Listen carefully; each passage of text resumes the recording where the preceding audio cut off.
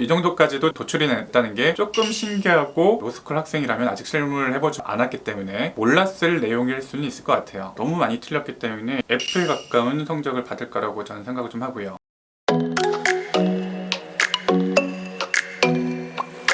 안녕 챗GPT. 안녕하세요. 어떻게 도와드릴까요? 오늘은 이전 시간에 이어서 네가 법률 서비스를 제공하는 법률사무소에서 효율성이 있을지에 대해서 테스트를 이어서 진행해 보려고 해. 재밌겠지? 네, 정말 재밌을 것 같아요. 어떤 방식으로 테스트를 진행해 볼까요? 어제 우리는 한 상담자분의 사례를 토대로 1억 원 정도를 지인에게 빌려주었다가 받지 못하고 있는 사례를 설명했어. 네, 기억났어요. 그러면 그 사망을 바탕으로 역할극을 이어갈까요? 어떤 도움을 드릴 수 있을까요? 오늘 너는 대표 변호사의 지시를 받고 이 사건에 대한 민사 소장과 형사 고소장을 만들어보는 업무를 해보게 될 거야. 이해했니? 네, 이해했어요. 민사소장과 형사고소장을 작성하는 업무를 진행해 볼게요. 첫 단계로 어떤 정보가 필요한지 말씀해 주실 수 있나요? 우선 민사 소장을 만들어보자. 민사소장부터 작성해 보죠. 먼저 사건의 개요와 관련된 정보를 정리해야 하는데 어떤 세부 사항을 포함할까요? 이 의뢰인분은 민사소송을 하려고 해. 좋아요. 그러면 채권자와 채무자의 기본 정보부터 정리하고 대여 금액, 변제 기한, 그리고 현재 상황 등을 자세히 말씀해 주세요.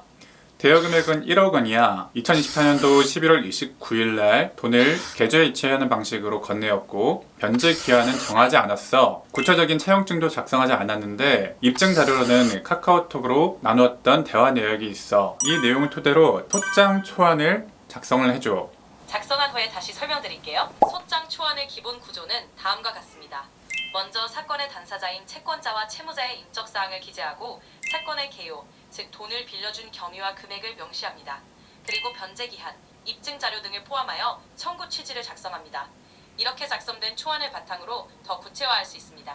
자, 지금 제가 여기서 변제 기한을 설정하지 않았다라는 내용을 함정 질문으로 설정했어요. 이 내용에 대해서 어떤 식으로 해결하고 있는지에 대해서 살펴보려고 했는데 답변 한 50% 정도 만족도를 보이고 있는 것 같아요. 예를 들어서 변제 기한에 정함이 없는 채무라고 했다면 기한을 정하지 않은 채무이기 때문에 변제 요청을 한 때로부터 기한이 도래했다라고 민법상 보고 있습니다. 내용 증명을 보낸다는 내용이 기재는 되어 있는데 이것이 변제 기한이 없는 채무이기 때문에 구체적으로 이 내용을 적시를 한 건지 아닌지는 사실 좀 애매한 내용이 좀 있어요. 이러한 소장 작성은 정말 기초적인 거기 때문에 사실은 로스쿨 2학년 정도만 되더라도 사실 작성할 줄 알아야 되고 만점짜리 소장이 나와야 돼요. 청구 원인이나 이런 부분에 대해 있어서 틀렸다기보다는 실제 실무를 하는 변호사들이라면 나중에 추가될 것을 상정하고 우리 약점이기 때문에 안 넣더라도 나중에 추가하는 방식으로 소송에서 현출시킬 수 있기 때문에 소장 단계에서 이걸 안 넣었다고 해가지고 틀린 거는 아닙니다. 근데 한 가지 매우 좋은 거는 소장 작성 외의 것을 요청하지 않았는데 추가로 안내해준 부분이 있어요. 청구 금액이 1억 원이니까 인지대가 한 50만 원 정도, 실제로는 이거하고 좀 차이가 있을 거예요. 그리고 송달료가 약 8만 원 정도를 납부해야 합니다 라고 안내를 해주고 있는데 이거는 실제 계산되는 것과는 좀 차이가 있긴 있는데 이 정도까지도 도출이 됐다는 게 조금 신기하고 로스쿨 학생이라면 아직 실무를 해보지 않았기 때문에 몰랐을 내용일 수는 있을 것 같아요. 자, 여기서 제가 상정했던 함정 질문 내용을 조금 더 추가를 해서 질문을 좀 해볼게요. 자, 이 내용에서 구체적으로 상황 몇 가지를 추가를 좀 해보려고 해. 이 내용 증명을 보내서 상대편이 받았던 날짜가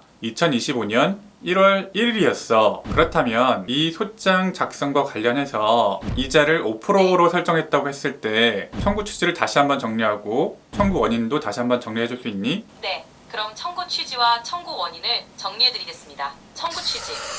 채무자로부터 빌려준 1억 원의 원금과 함께 2025년 1월 1일부터 법정 이자율 5%로 계산된 이자를 청구합니다. 청구 원인. 2024년 11월 29일에 1억 원을 대여했으나 변제 기한을 정하지 않았고 이후 채무자에게 내용 증명을 보낸 후에도 변제를 받지 못해 이 소송을 제기하게 되었습니다. 이렇게 정리하면 될 것 같습니다. 이 소장 내용 중에서 이자를 왜 이날로 정한 거지? 이자를 2025년 1월 1일부터 청구하는 이유는 해당 날짜에 내용 증명을 보냈기 때문입니다.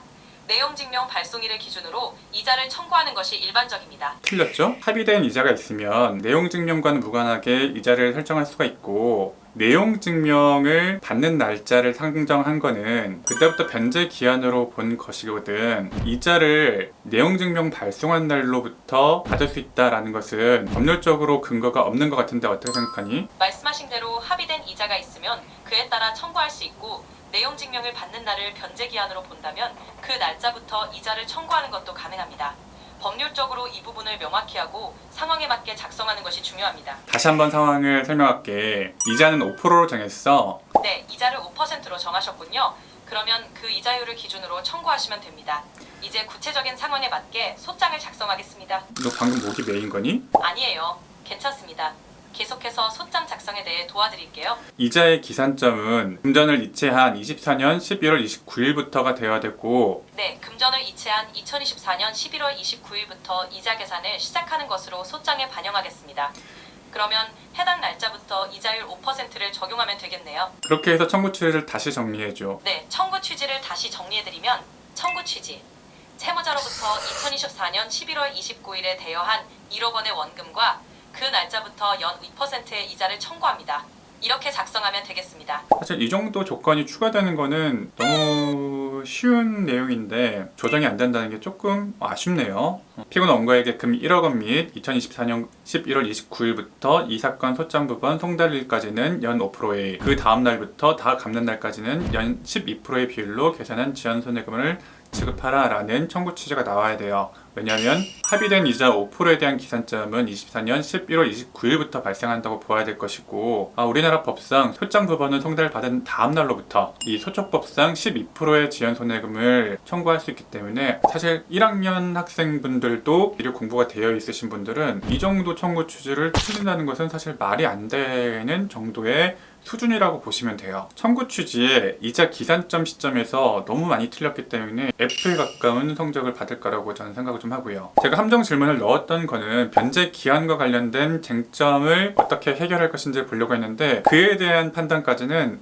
가지도 못했던 것 같아요. 메인 질문에 대한 해결도 거의 낙제점에 가깝기 때문에 이 소장은 변호사 사무실에서 쓸 수 있는 소장 내지 답안지는 아닙니다. 몇 개월 전에 테스트를 해봤던 거에 비하면 많이 성장하긴 했는데 이 정도가 최선이라면 제가 기대했던 만큼에는 전혀 못 미치고요. 아직 소장 작성과 관련된 레벨에서는 챗GPT는 활용할 수 있는 레벨은 아닌 것으로 보여요. 사실 이 다음 레벨로 이제 레퍼런스 체크나 판례 검색과 관련돼서 도움을 줄 수 있는지 기대를 좀 했는데 사실 그 정도 레벨까지도 가지 못하는 것 같아요. 근데 물론 지금 아직 제 챗GPT는 딥러닝이 제대로 되어 있는 상태는 아니고 저도 뭐 한 달 정도 좀 거의 일상적인 상황에서만 사용을 좀 했기 때문에 아직 법률적인 딥러닝이 많이 되어 있지는 않고 딥러닝이 좀 되게 되면은 진보할 수 있다라는 그런 얘기가 있긴 있더라고요. 더 많이 사용을 좀 해본 다음에 개선이 될 수 있는 부분이 있을 것 같으면 그때 또다시 테스트를 한번 더 해보는 것으로 좀 정리 좀 하겠습니다. 자, 오늘 내용이 흥미로우셨으면 구독과 좋아요 한 번씩 눌러주시기 바랍니다. 챗GPT를 활용해보는 현변이었습니다. 챗GPT